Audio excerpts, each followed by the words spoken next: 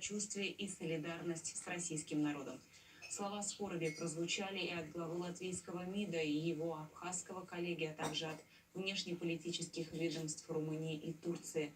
Скорее поправиться всем, кто получил травму, пожелал канцлер Австрии Себастьян Курц. Кадры авиакатастрофы он назвал шокирующими. Министр иностранных дел Кубы направил слова соболезнования родственникам погибших и всем жителям России.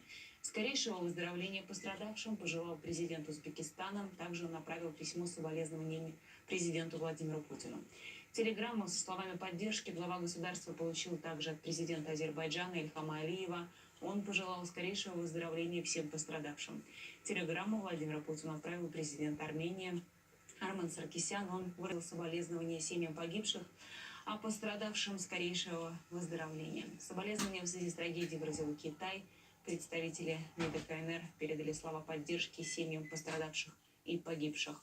Соболезнования от лица жителей Украины направил глава политсовета партии «Оппозиционная платформа за жизнь» Виктор Медведчук.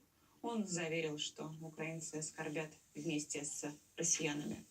Итак, сейчас о том, что известно о катастрофе к этой минуте. Евгений Дитрих, министр транспорта России, глава правительственной комиссии по расследованию, доложил Дмитрию Медведеву о работе по оказанию помощи пострадавшим и семьям погибших. Выплаты будет осуществлять Аэрофлот и страховые компании. На